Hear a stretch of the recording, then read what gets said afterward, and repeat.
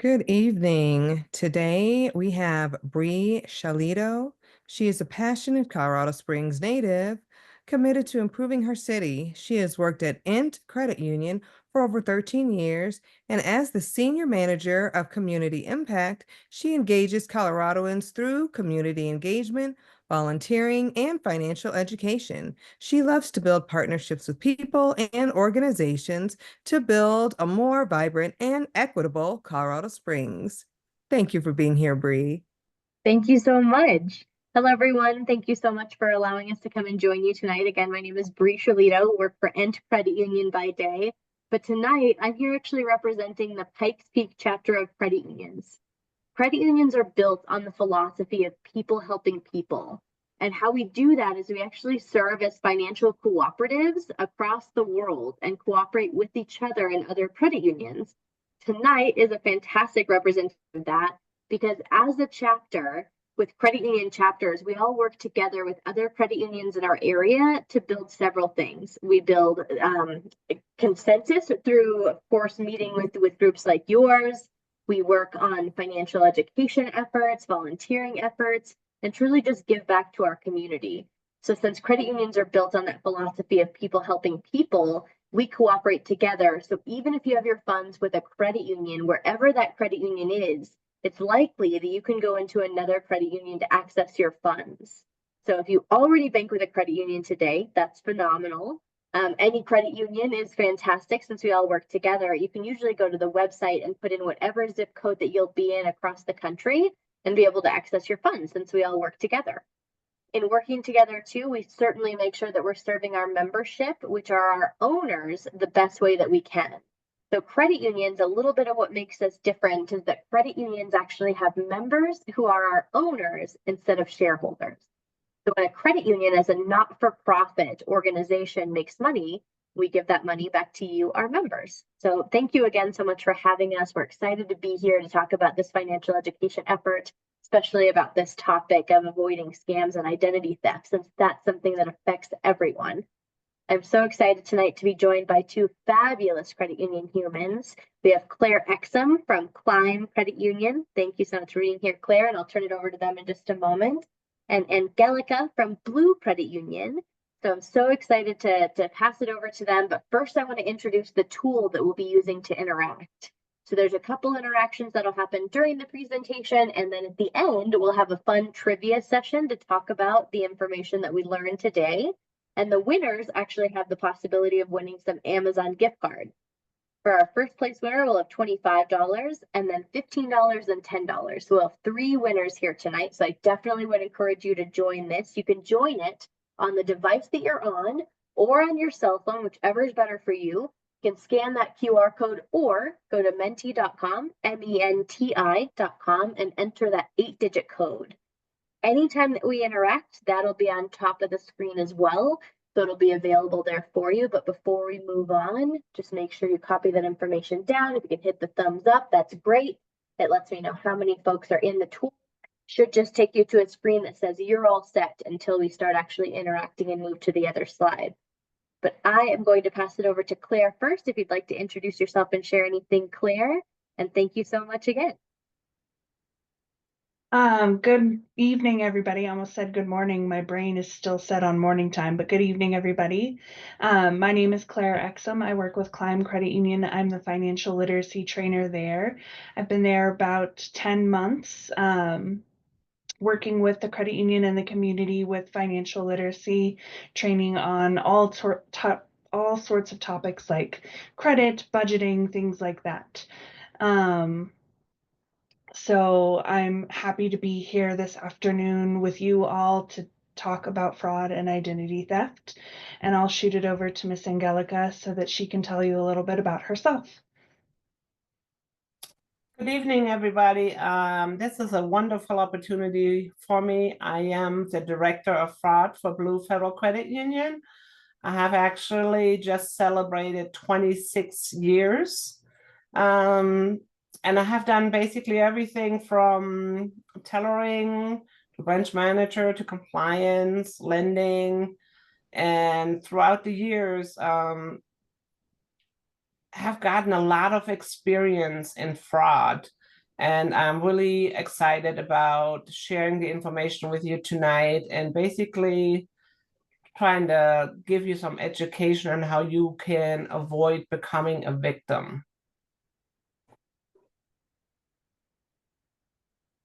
All right. So let's get started with some of our key takeaways this evening. Keep wanting to say morning. My brain is broken with it. So our key takeaways this evening are the psychology of scams, how to protect yourself, and some help and resources for you all if you do happen to become a victim of a scam or identity theft. So our first interaction this evening is we want to hear from you all. Have you or someone you know ever experienced a scam attempt or identity theft? So you can answer in that Menti app on your phone or on the device that you're on. Yes, no, or not sure. And like Bree said, that code is at the top there.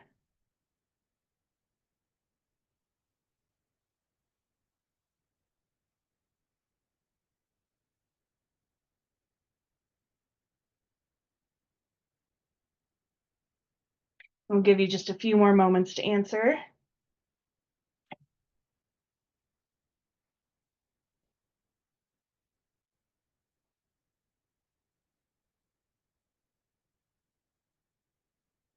The code is right at the top, 98792138.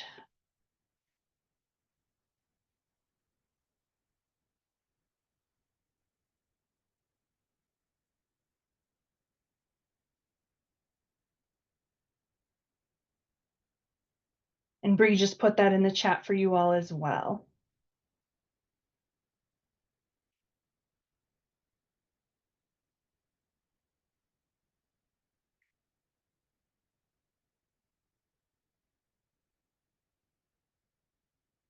We've got some answers coming in. It looks like the majority of individuals have said that you know someone or have experienced yourselves a scam attempt or identity theft. That's pretty normal. I myself have experienced some scam attempts. My partner's been a victim of identity theft. It's pretty normal for all of us to have experienced that at some point in our lives. It's pretty rampant in the world, which we'll talk about, see some stats later on about how quickly we can succumb to these sort of things. So it's good to know that you're not alone when it comes to this. We'll talk about this again later, but it's important not to feel embarrassed if you have succumbed to identity theft or a scam. It's important to share that information with others so that they know what to look out for as well. So 82 seconds is the average amount of time it takes for the first person to fall for a newly launched scam. Fraudsters are really clever and are always trying to find new ways to get anyone to fall victim to their scams. And like I said before, if you do fall victim to a scam, it's important not to feel embarrassed about it. The sooner you reach out for help, the more you'll be able to help your situation.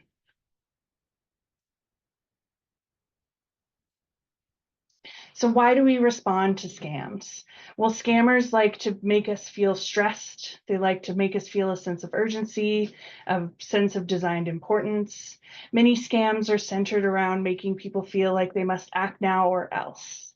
Scammers rely on using this technique to gain that sensitive information of ours. They pressure us with stress to make the situation feel urgent and super important, to try and get us to act before we have time to think. That brings us to our psychological response. Scammers trigger an emotional fight or flight response in our brain's amygdala. We call this the amygdala hijack. Our amygdala is located in our brain and is involved with processing emotions revolving around fear. When fear or urgency is present, it triggers these physical symptoms such as shaking, racing heart, fast breathing. And if you notice any of these listed symptoms or you don't feel right about a situation, one thing you can do is take a step back, take a breath, and assess the situation, pause and evaluate that situation, because this hijack can be prevented through mindfulness and preparation. So some common signs it's a scam. They're going to mention a problem or a prize. So they're going to tell you your computer got hijacked, or they're going to tell you you want a new computer. They're going to pressure you to act immediately, just like we said before. They're going to have instructions to pay a specific way, like through gift cards or Bitcoin. And they're going to pretend to be from an organization that you know. For example, they might pretend to be from your utility company. And ask for bank account info to set up your automatic payments, when you can do that right through the portal, or call them to do that yourself. You want to make sure you're not giving out any personal information to anybody.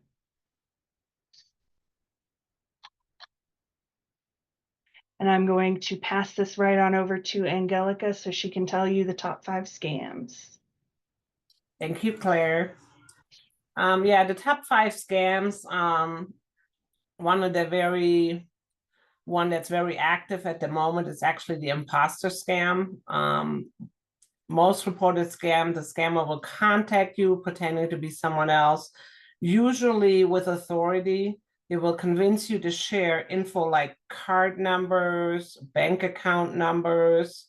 This can also be known as a romance scam, where scammers will pretend to be interested in a relationship and monetarily take advantage of the victim when they are vulnerable.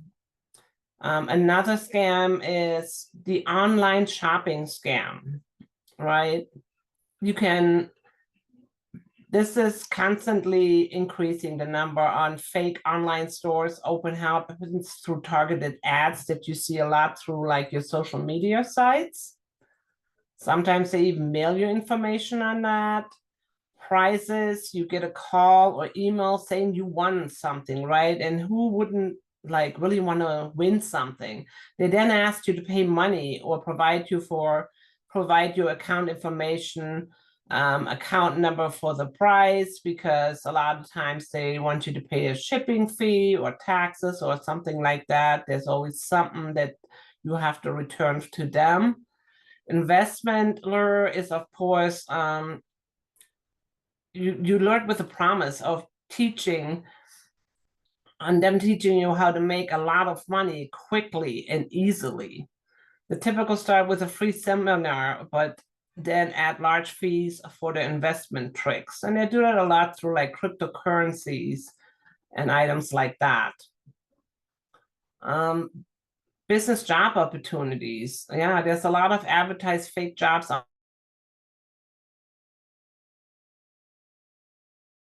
online in ads on job sites, and social media could do anything. Free shopping jobs, they will typically send you a big check to buy supplies and instruct you to send back what is left over, and that check is always going to be larger on what they want you to spend, because they want you to return most of that money back to them.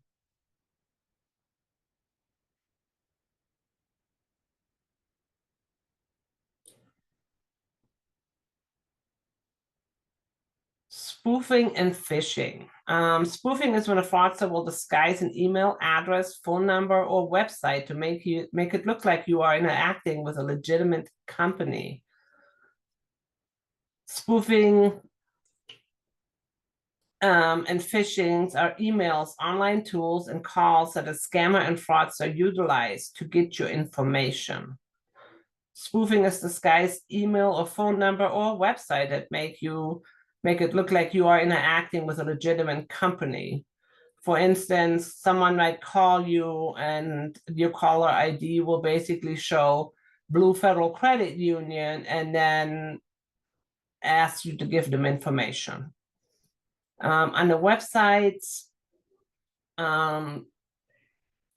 that's called phishing, is when a fraudster will use these fake sites to try to lure the victims into giving them information.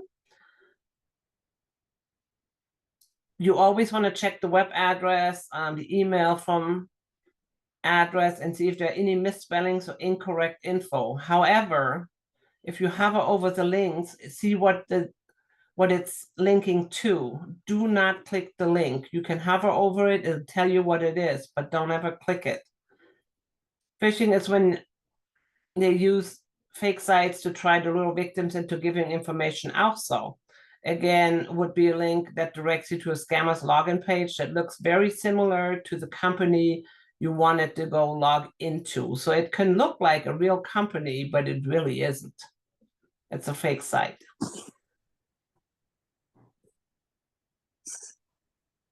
Ask yourself, well, how do I avoid this, right? Do not respond to messages quickly. That is what they're banking on. The quicker you react to these messages, the quicker you will be able to give them information that you really didn't intend to give them to begin with. You want to block your unwanted calls and texts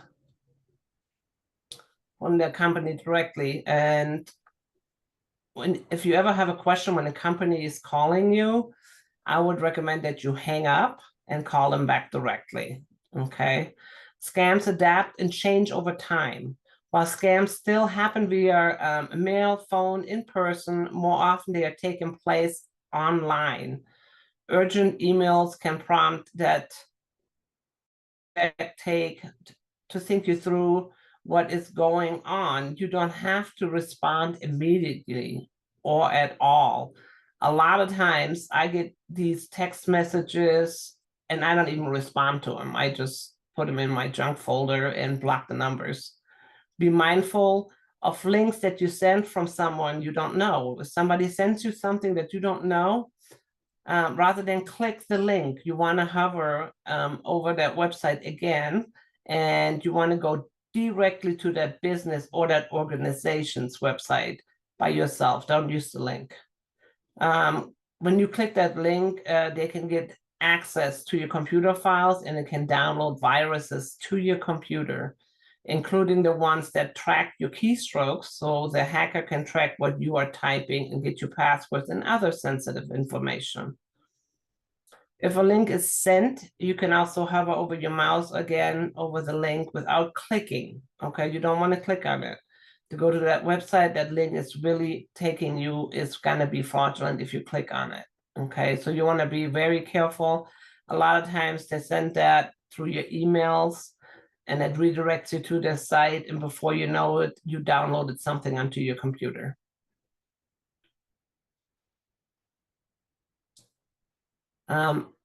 Should you have clicked on that and you became a victim, you wanna report the crime to Complaint Center IC3.gov, okay?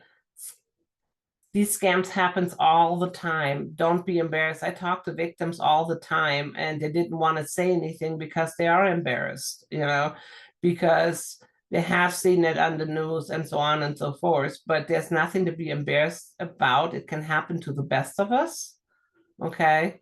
And what else is important is for you to report it. The FTC, the Federal Trade Commission resources, you can file a complaint there. These reports are shared actually with our local law enforcement to assist with investigations. And then you always want to share your experience with others, because if you spread the word, you're also educating them. They may have the same email or something like that sitting in their inbox. Identity theft. Who can that happen to? Anyone. Okay, anyone can be targeted. What they want is basically your name, your address, your social security number, your credit card number or bank account number. Why? So they can spend your money, take out loans in your name, prevent it to be your scam. Many scams are generated towards taking money from you, but they also trying to steal your identity as well. The scammers will pose as an authority figure or someone they want you to trust to pull personal information from you: social security number, date of birth, passwords. With enough info, the scammer can either sell it, use it themselves to rack up your debt in your name, or use it to impersonate you online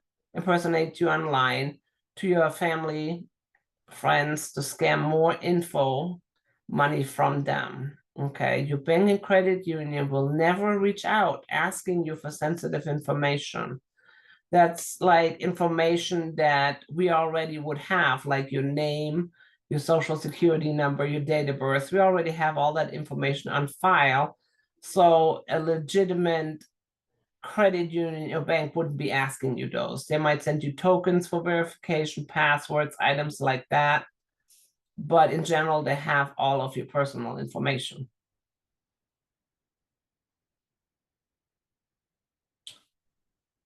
Here's another good one, is your bumper sticker, right? What does your bumper sticker say about you? You see these bumper stickers like baby on board, you know. Do you have stickers that depict things that you use as passwords to answer to security questions? Like they read baby sticker, a baby on board, and then on social media, for instance, you list your baby's name, and they can look that up and basically see if you're using that for password.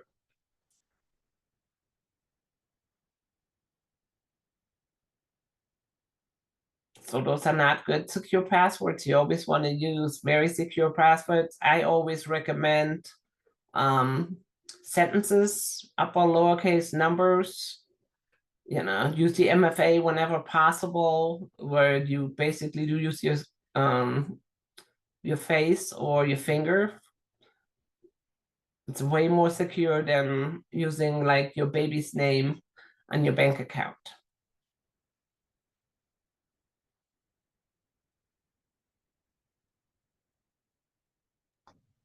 So your With that, best I'll pass it back to Claire.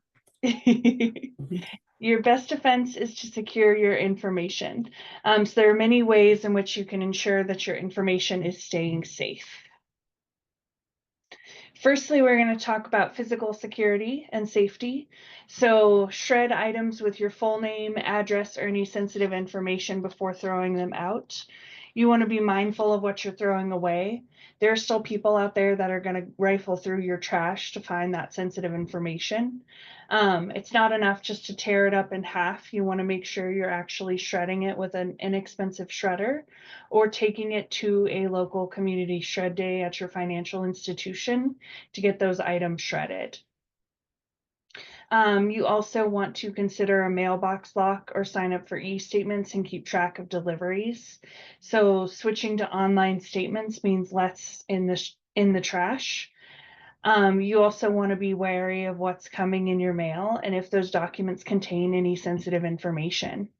That's very important so that you know what's coming to you, when it's coming to you, so that you can be vigilant about checking your mailboxes. To continue on with physical safety, let's talk about PIN numbers. So the golden rule with PIN numbers is keep it secret, keep it safe.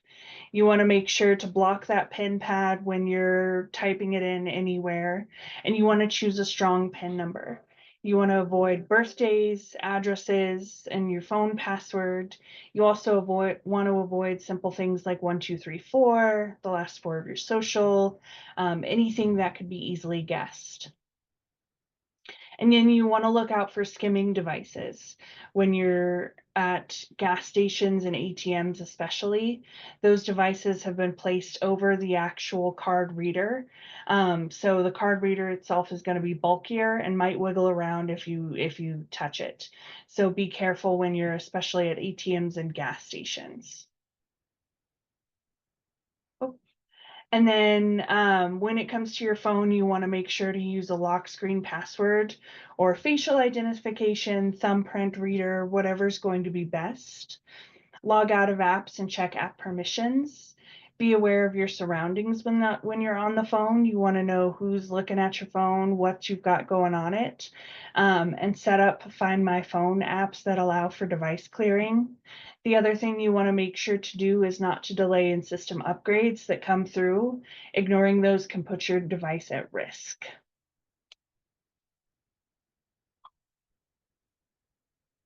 We've also got online safety. So public Wi-Fi, you want to avoid using as much as possible. You want to use private Wi-Fi any chance you get. If you have to use public Wi-Fi, you want to avoid using apps and websites where you have to enter your personal information or any payment details. When it comes to malware, you want to perform regular system updates and install antivirus software. You want to be aware of suspicious links and attachments. Like Angelica said before, you want to hover over any of those links and read where that link is actually taking you to before you click on anything.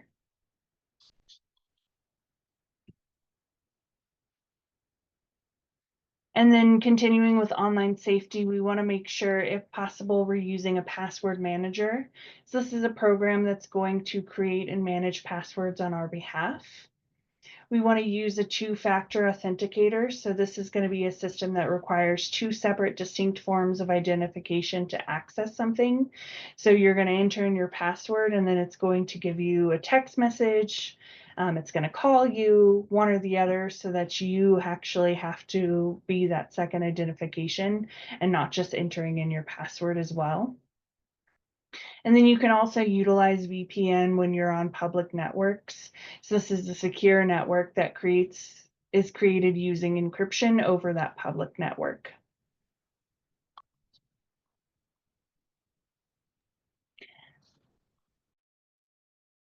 Social media safety. Using false or stolen identity to harm others. You want to check the following for that: the profile photo, content name, followers, and friends. And fake hacked profiles, you want to use caution with sites like Craigslist, FB Market. Personal information from quizzes can be maliciously. Signs that someone might be using a fake online profile. How kind of you can spot them is no profile photo at all, little content, misspellings in their name or post, very few followers or friends. Wait until after the vacation to post on social media. Don't announce to the world that you own the following week. That is for your safety.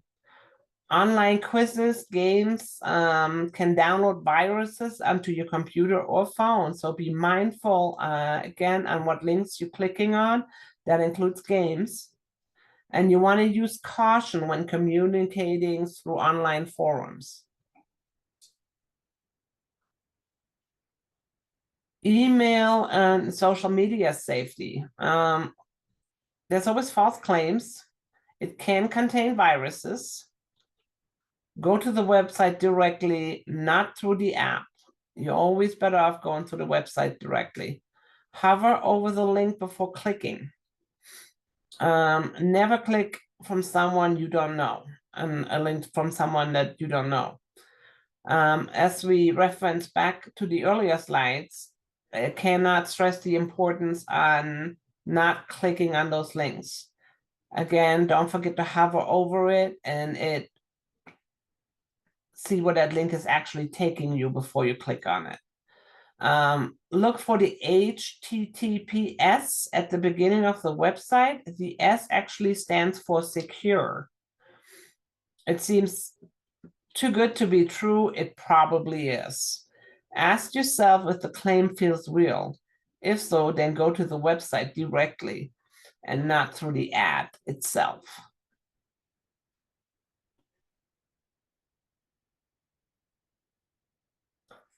How to know if someone stole your identity. Regularly check your accounts. Credit report. The sooner you are able to report your identity has been stolen, the better for you to recover from that, actually. How much liability you have also. So you always want to look at your bills and statements. Check your bank accounts frequently, okay? And check your credit debit card activity. And look at, you get your annual free credit report. You can also set up alerts through Credit Karma, which is also free. And you can kind of see what you have out there, and you can get notified if someone tries to take out any credit in your name.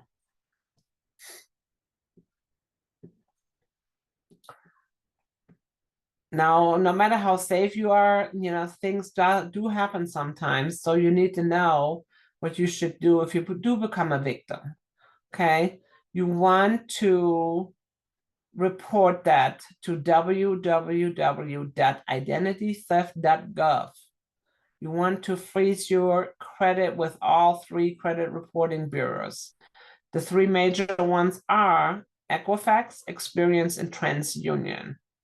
You want to notify companies where fraud occurred. And then you also want to contact your local police department to file a police report. And then you have to repair the damage. Okay, so if you have those options, you do want to start with freezing your credit, and you want to let them know what happened. It is going to take time to repair the damage, but the quicker you act, the better you will be off in the end. It takes time, and patience to recover from identity theft. It really does.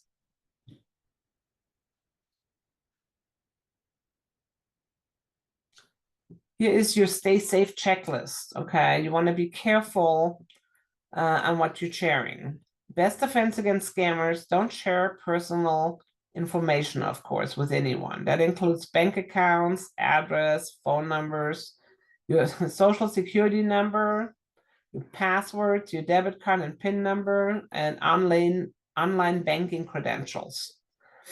Scams are designed to pull this type of information from you, that they can hurt you and use it, either take money from or steal your identity. If anyone is ever asking for this information, stop and ask yourself why. Note that financial institutions will never call or email you asking you for that information. As I mentioned earlier, they already have that. This is just a little checklist to keep you, to keep on top of your mind on what you need to protect, and you shouldn't be sharing with others unless you know them well, of course. But strangers that you don't know shouldn't be asking you for that.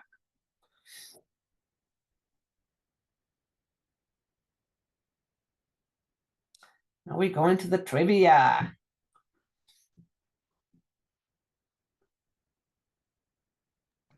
You're on mute, Bree. Thank you so much. Thank you so much, Claire and Angelica, for that information. Before we get into the trivia, I've been watching the chat and I haven't seen questions come through just yet, but we do, of course, have these 2 phenomenal professionals who have dealt with quite a bit of fraud and identity theft. This presentation looked very different a few years ago. So I just want to share that the information that was shared here tonight is very key in stopping some of these things from happening. They can be very costly. They can add up to a lot of time and money that is taken from people. And let me assure you that this sort of thing happens to everyone, as Angelica said earlier, to everyone at every single income bracket, at every single city. They typically don't discriminate at all on who they're going to commit fraud against. And just know that it happens a lot. And a lot of times those fraudsters are getting smarter and smarter. So years ago, this presentation might have showed you things to look out for, like things that were misspelled and to look out. But today, a lot of those scammers are using things like AI, and they're getting a lot smarter to do it a lot quicker. So the best course of action is to simply pause, ask yourself if it's too good to be true or if it just doesn't seem right. Because in addition to emails and text messages, some of these scammers are getting so smart to get your loved one's voices and call you as if they were your loved one and spoof their voice to make it sound like that person's in trouble. And a lot of times they'll tell you, don't tell my other family member. There's a lot out there happening. I'm not trying to scare you. The best thing you can do is stop and think. And whenever an organization is calling you, asking for your information, especially if they're a bank or credit union, what you want to do, even if it's calling from the phone number even if it looks like it's calling from the right phone number, when you Google it comes up, they may be spoofing that number. So the best course of action is to hang up, say, I'm going to go ahead and give you a call back. Don't let them keep you on the phone. Don't let them keep talking. call the number that you know for that organization or business, especially if they're asking for your personal information. Because as soon as you call, if it is true, they'll have your information in the system. We've heard of scams coming from a lot of different areas, including law enforcement, and people telling you that you owe the IRS money. Some of it sounds super serious, but it's just important to pause. Don't let them do that amygdala hijack. Take a moment to think, like, does this sound right? One of the biggest scams we saw a few years ago was called kind of the gift card scam. And how that was working is these organizations and people were telling you to go and buy these gift cards, and that was some way what the IRS, or if you're buying something online, they want you to buy a gift card first. If something just doesn't feel right, and you're like, why would they only accept a gift card? I can tell you right now, the IRS does not accept gift cards. Banks or credit unions don't. So just taking a moment, because I know that it gets scary, and especially if it's happened to you, it's happened to me. It's happened to me too. There's things that come through, and sometimes you're just like, oh, wow, I don't want to get in trouble. So I want to respond. So know that you're not alone. In the beginning, many of you said that you'd been affected by this or that you knew somebody who has. So that's okay. Just take a moment. So I'm excited to get into this trivia. I've been watching the chat. I don't see anything else, but I'll pause for a moment. If you have any questions, I'll keep a look and see if folks are coming off mute before we jump into the trivia to kind of open it up for questions if anyone has any.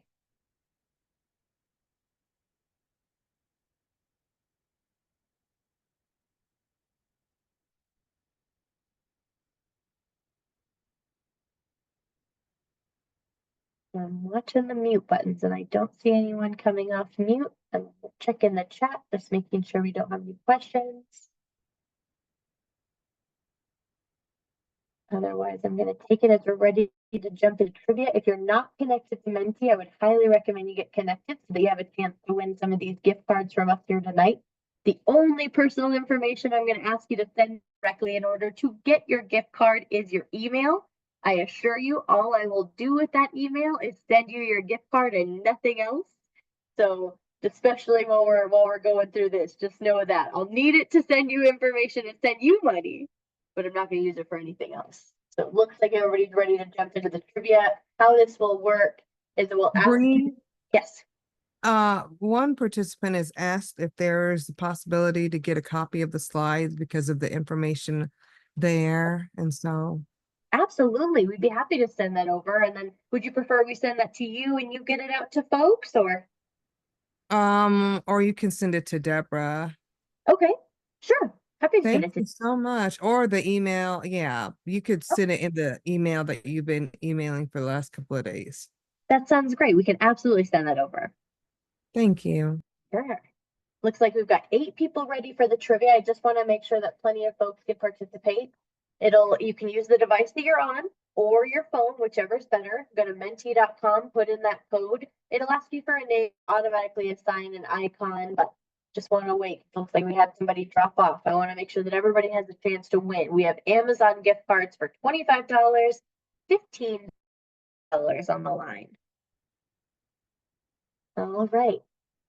We're going to get started. Now you have to answer fairly quickly, but also accurately. So our first question is, what do scammers use to get people to respond quickly? Make sure you select the best answer. Is it designed importance, stress, urgency, or all of the above?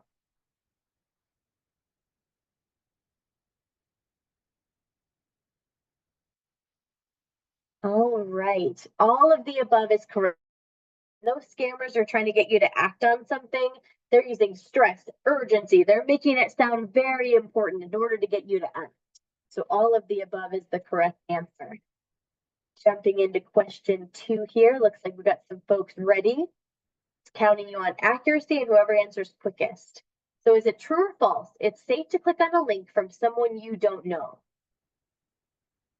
Focused a lot on this one.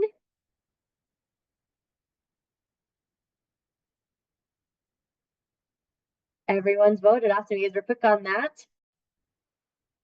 That is indeed false. I'm glad to see you all got that correct. That was definitely stressed. Now, one thing that many people don't know is you truly can just hover over that link, see if it's going to come up, and see what it's going to say before you click on it, especially if it's from someone you don't know. That's the best way. So Just know that that's a great way of staying safe out here. Question 3 of 7. In a moment, we'll see a leaderboard to see where we stand. But how many seconds does it take on average for the first person to fall for a newly launched scam? Was it 55, 68, 82, or 25 seconds? The scam launches, how long does it take for the first person to fall for it? 82 seconds is correct. Absolutely. Only 82 seconds from the moment that a scam is created and put out into the world. It takes less than 2 minutes for someone to fall for that scam. That's scary. But again, you're not alone if it's happened, and we just want to stay safe as we can out here. Question. Identity theft should be reported at, was it identity theft criminalcatcher.com or protectyourinfo.com?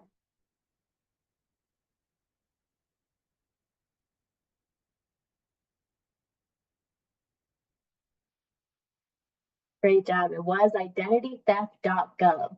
There are some incredible professionals working in this field to make sure that we're catching those scammers, but there are new ones every day. All right, let's see who's in the lead. We're a little more than halfway through, so it's anyone's game, but currently we have Ashley in the lead, followed closely by Matt and Kathy. So we've got a few more questions to determine our winner. We've got question 5. Your computer has been hacked with a message demanding that you pay to unlock your files. This type of attack is known as lockerware, ransomware, or burglarware.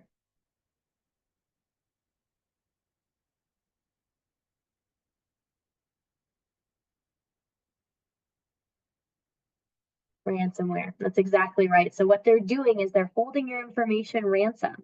They want you to send them money, as Angelica said, in Bitcoin, in gift cards, and other things. And just so you know, sometimes even if you send it, they still don't get the information back. So it's better to contact authorities, see what they can do. Now, understand that if a hacker's got that information, and a lot of times this is aimed at companies, but it is often still aimed at individuals as well. So the best ways, we talked about a lot about online safety, public Wi-Fi networks, private Wi-Fi networks. If you have Wi-Fi at home, I highly recommend putting a good password on it. Sometimes I've spoken with people and they're like, oh, well, I know that my neighbor uses it. If someone else is using your Wi-Fi, that means that as you're accessing information, they can actually see exactly what you're accessing. They can also put things where they can see your passwords. You want to stay safe. Online is a place where we share a lot of information. And especially if you're accessing things like your bank account or doing your taxes, that's really key information that those scammers really want. So we got to be careful because ransomware, all that malicious software, which is what malware stands for, is out there pretty often. So most commonly through links, but other places too. We're getting closer to the end of this trivia here. 6 of 7. Which is the most common type of scam? Talked about 5, but what was the most common? Was it imposter, online shopping, prizes, or investments? These are all scams, but what was the most common?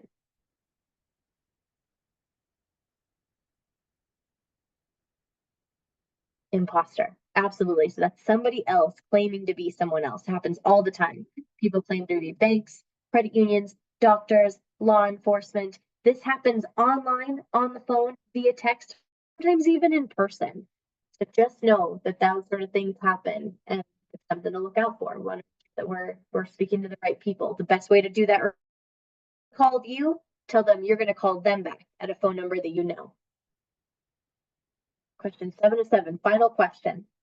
True or false? Your best defense is to not share your information. Answering quick. I like it.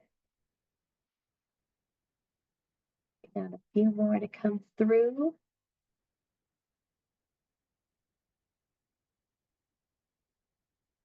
That is indeed true. Perfect. Thank you so much. Yes, that is the best defense, especially if they're calling you. Now, if you called your bank, your credit union, your utility company, and they're asking you to verify yourself, that's absolutely common and that is to be expected. They want to make sure that they don't give your information to someone else.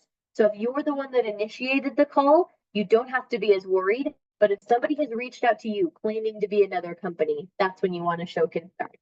So let's see how we did here in the second half of the questions. Looks like we had some pretty fast answers, and it looks like Matt, you've moved into our first place. So if you'd like, you actually can share your email. If you go to the group chat, you can click on my name directly so that you're not sharing with everyone in the group, or I'm also going to put my email into the group chat. So if you prefer to email me directly instead of putting it here, that's perfectly acceptable. But Matt, you're our first place winner. You'll be getting a $25 Amazon gift card. Kathy, you're our second place winner, getting a $15 Amazon gift card. And then we have Erica in our third place. She's going to get a $10 gift card. So if you would, you can either use the meeting chat to chat me directly. I've got one in here already. Perfect. And then I will wait here for the other two, but just want to open it up. I know this is a tricky topic, so I will stop sharing my screen so that we can see each other and open you have for myself, Claire, and Gallica. Happy to answer those.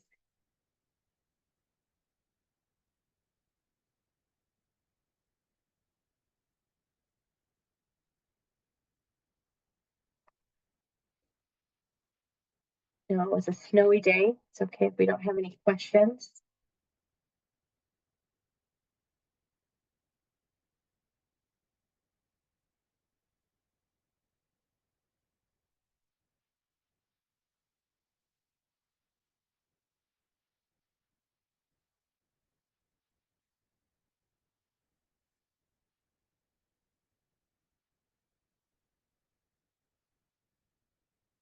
Okay.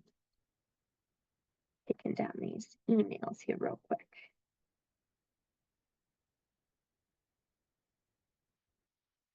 All right, well, there's no questions at all for us. I'd love to turn it back over to our host, and thank you so much for allowing us to join this group and talk with everyone tonight about a very important topic. Oh, there is one that just came through here. Any tips on knitting if you're calling the right number online? Knowing. That's a good question.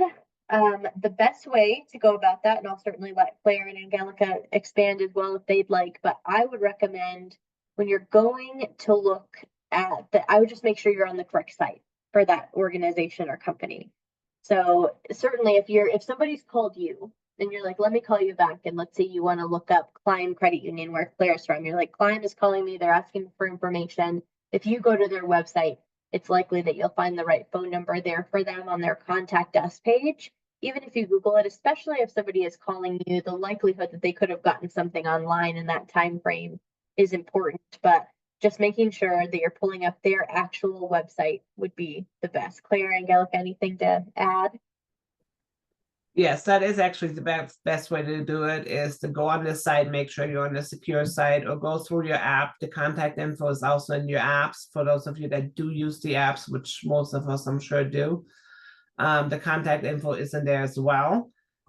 Always try to get the name as well, like the full name. A lot of times when these scams go from, like, I'm not going from Blue, when we were going through the phishing and spoofing phone number, it'd be like somebody named Matt Smith that works for the fraud department at Blue. You know, if you call Blue directly and ask to see if they had a Matt Smith, you know, they're gonna tell you no. And they probably already know about that scam and they're like, don't reply, don't click on the link. Mm-hmm. Yep. So yes, that is the best way.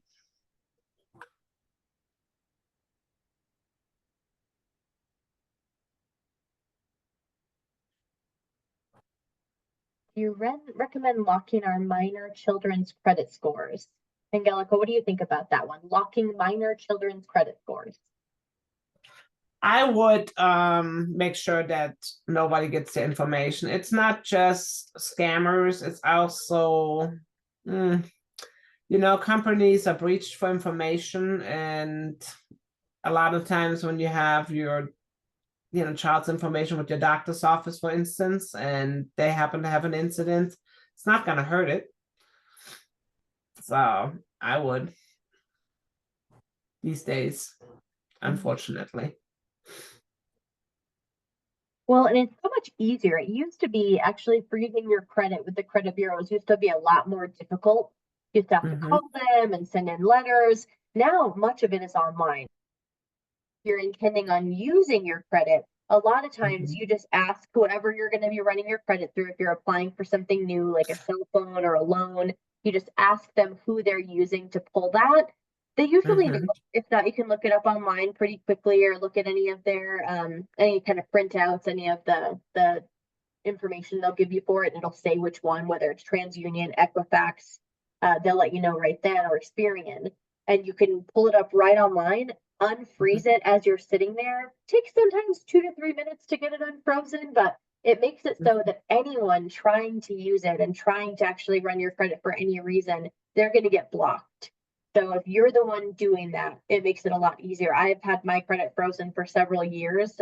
Years ago, someone tried to apply for unemployment in my name is one of the scams that happened. And I keep my information pretty locked down, but I have not had any trouble since. I think at one point there was one attempt, but since it was frozen, they couldn't do anything.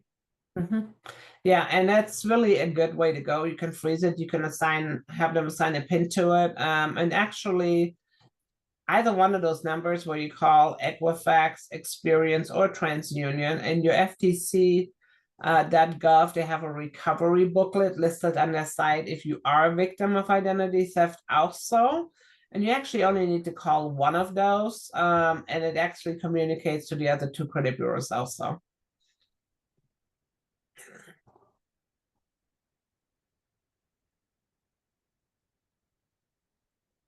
Keep an eye on the chat. Anyone's welcome to come off of mute if you'd like to as well.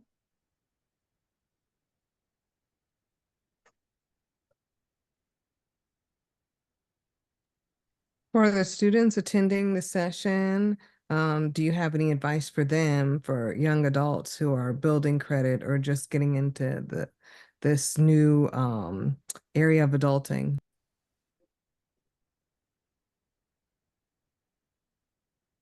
That's a great question. I can start unless Angelica or Claire wants to jump in, or we can all answer a little. Credit building, I'm assuming I'm going from the point of they actually, let's say, have their first job, or have money. They can do a shared secured loan. That is a really good way for them to build credit. The repayment needs to be at least 6 months on their credit report. I don't do like credit lending or underwriting anymore, but that's one of the things that I got my children into. Basically, take their paycheck or some of their savings and do like a small $500 shared secured loan with low payments that they then learn to pay back on a monthly basis from income, perhaps from their first job that they actually obtained. It kind of teaches them how to pay it, and it also assists them in building credit.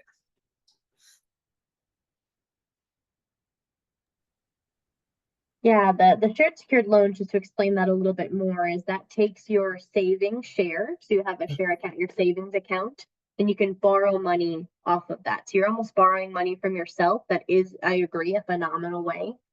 Depending on their age as well, ideally getting started at 18 is great. There's often folks who debate whether to start building credit before or after you're 18. If you start building before, especially if a parent or guardian adds a minor to their credit card or something like that, there will be a red flag that's placed on their account that says they started building credit before they were 18. And let me just caution that some underwriters will see that information and almost kind of discount it, saying, well, that's the parent's credit. So it doesn't help them a whole lot to start before they're 18. 18 is a great time to start. As Angelica said, it can take a little while, up to 6 months. Some of them are moving a lot faster than that.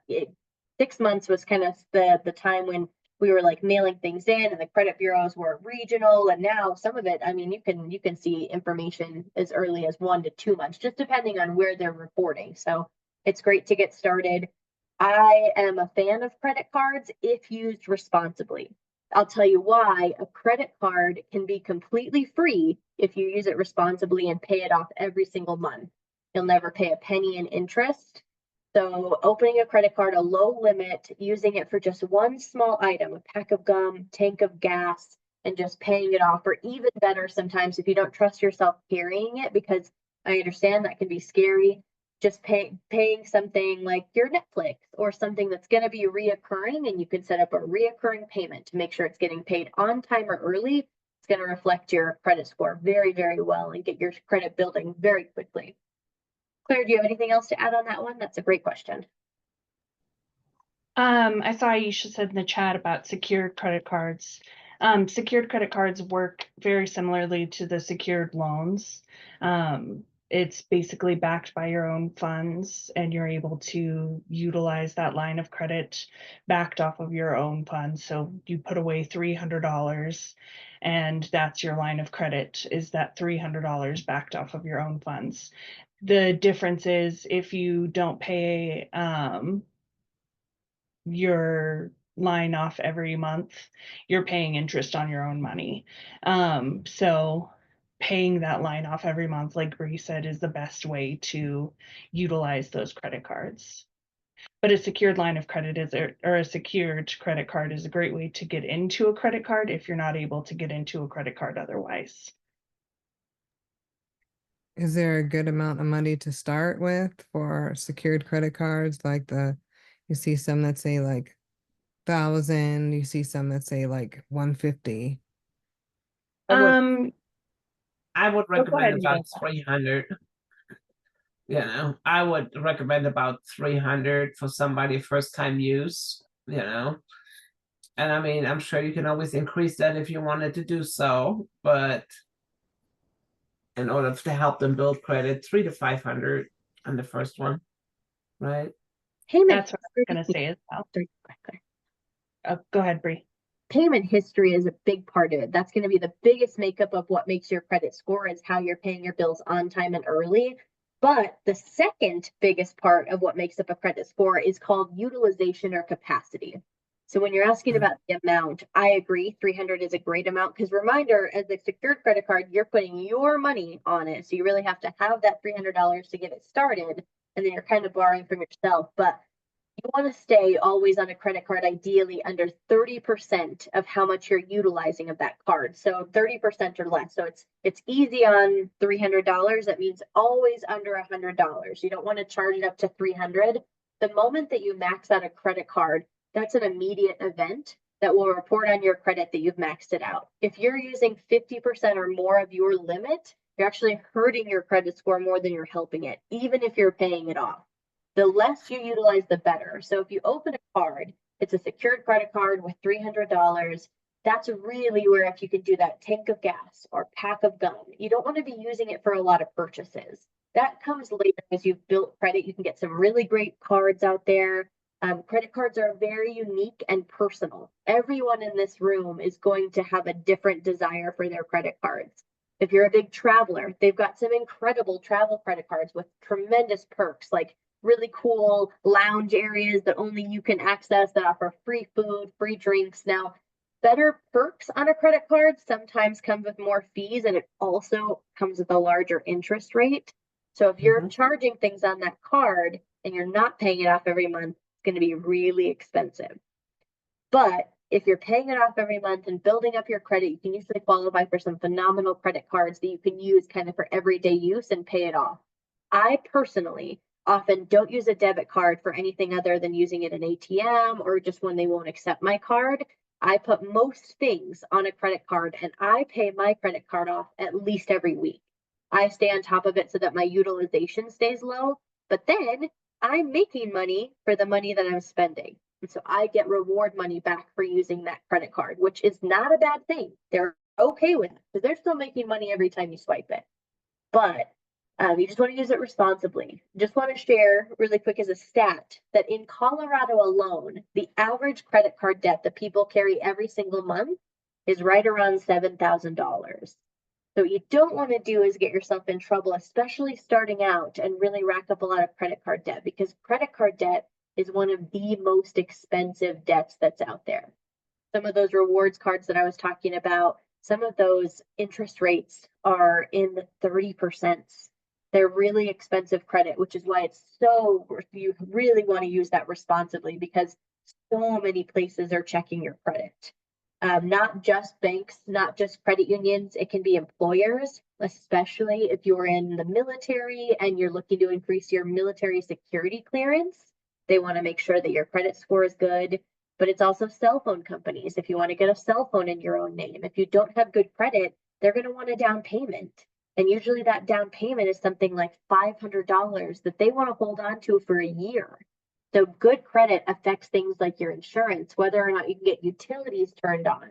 So it's definitely an important factor, especially for those of you getting started, because then you can get it started on the right foot. You can be responsible with your credit because it definitely makes a difference in how much things cost.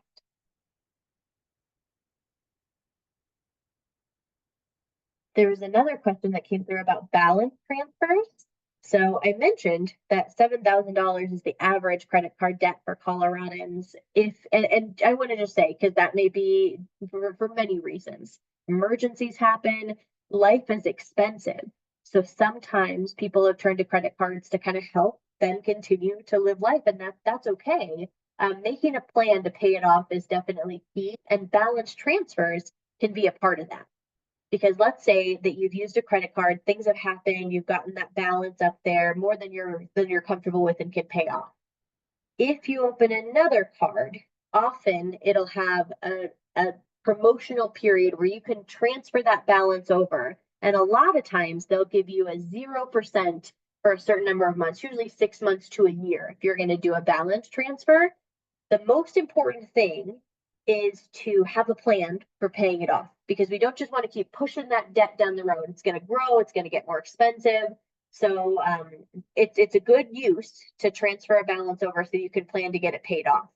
I also want to mention, and please, Angelica and Claire, chime in here, but credit unions are here to help you. Even if you're not a member of ours, I can speak on behalf of ENT, and then I want to make sure Angelica and Claire speak on behalf of their credit unions, because I'm sure they have something similar, but we have free financial coaches that anybody can use to talk about debt, to talk about building credit, about all these things, and meet with you individually completely for free. Claire, Angelica, do you want to add to that for Correct. your We do organization? that also. We also offer that. Yeah. We're here to help. Yeah. Claire, what about at Klein? Our MSRs are also financial coaches. Perfect. See, we're here to help. We're here to help for free. Mm-hmm. And also, on your balance transfers, when you do the balance transfer, normally, make sure you also read the fine print. They do assess normally a percentage for transferring it. It's still a better deal than your high interest, not paying it for a while. But again, like Bree said, have a plan. I always take the balance and make a plan on, I'm going to divide it by this many months and I'm going to have it paid off. So I need to make that payment. Yeah. Thank you for asking, Aisha. MSR, those are our member service representatives. I'm using the lingo. Those are our frontline, our tellers most of the time. Good clarifier.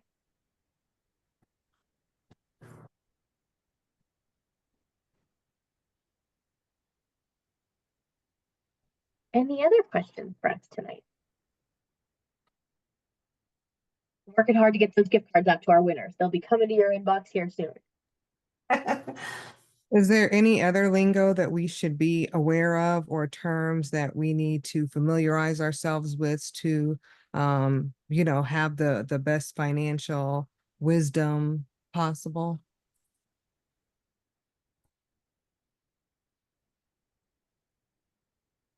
I'm trying to think. That's a great question.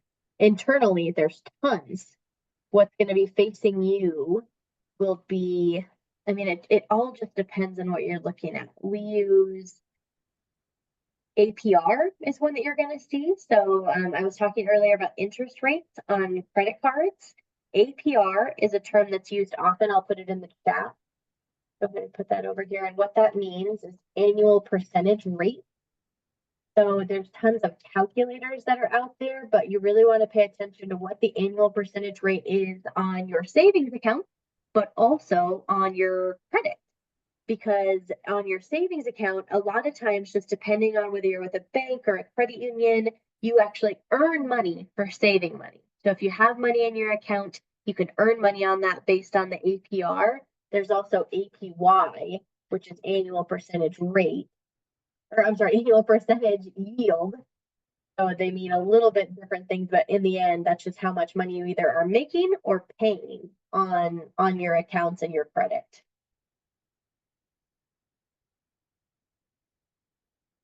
I'm trying to think of other ones. Angelica, Claire, any that you're thinking of?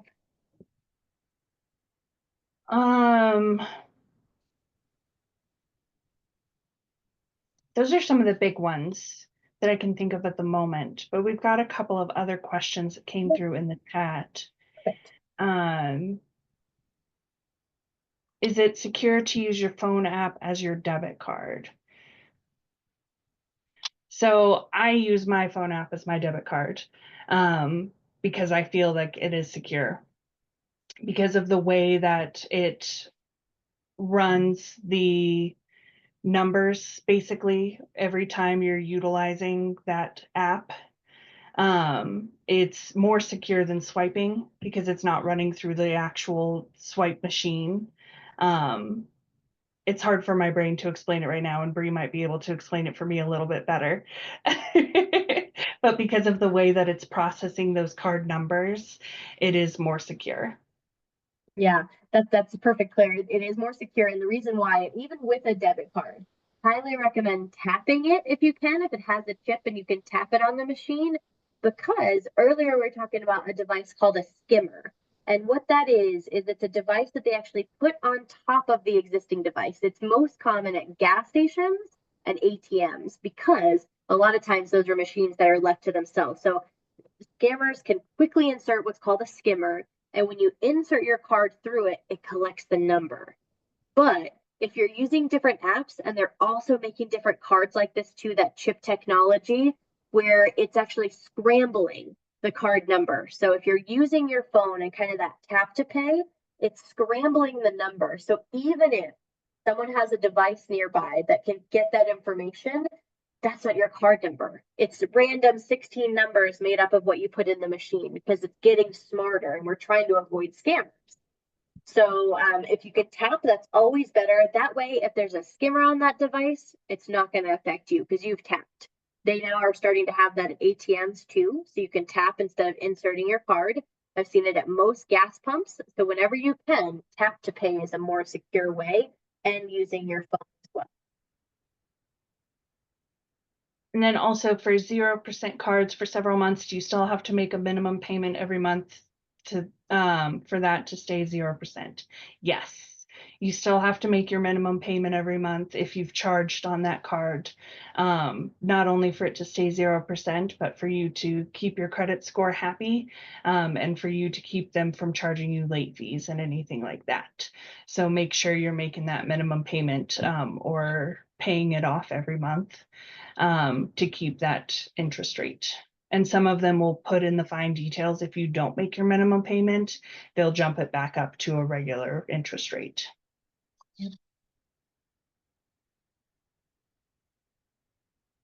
Well, and not just for balance transfers, that's for most things too. There's Yes. a lot of interesting credit offers that are out there with credit cards and even at the stores like furniture and even Care Credit.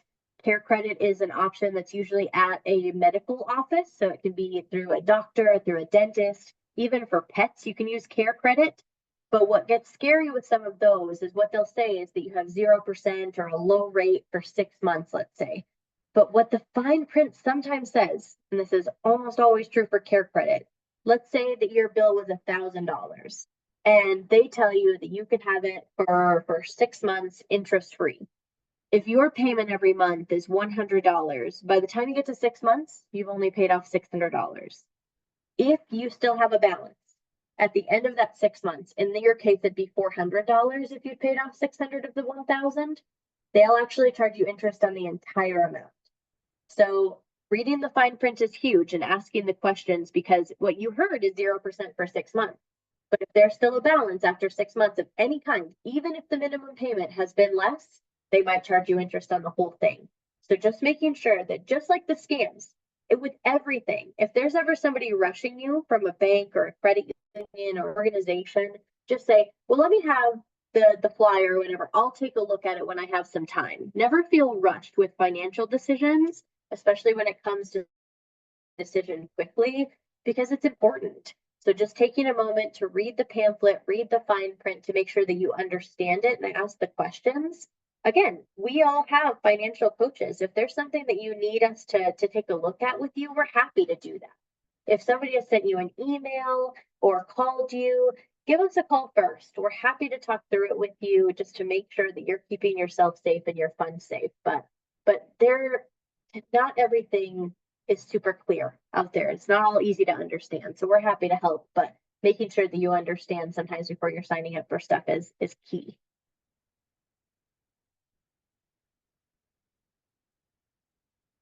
All right, I just sent those gift cards, so my winner should get those within 5 minutes. But any other questions for us?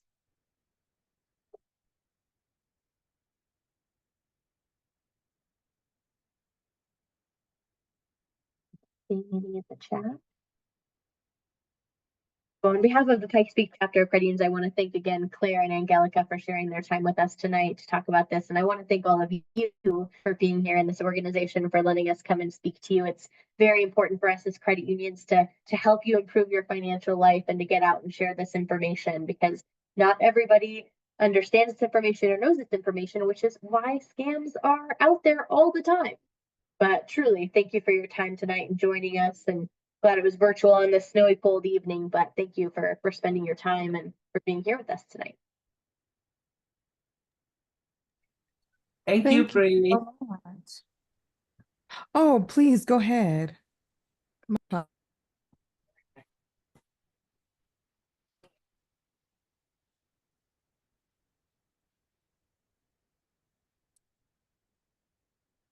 I think it was just a thank you. You're good. Oh, okay. Did your other two guests want to have any final hot comments? Just thank you mean, for having us. I appreciate being here. Yeah. And please remember, reach out if you guys have questions. We're always here to help. Thank you. Before we conclude, will the three of you put your contact information in the chat? And so that way, hopefully participants will be able to capture that information before we conclude our session. And so while our presenters are doing that, if you have the opportunity to change your name in Zoom to your first and last name, so that way we can capture attendance, and we will be concluding shortly. And Nisambi will announce our door prize winners momentarily.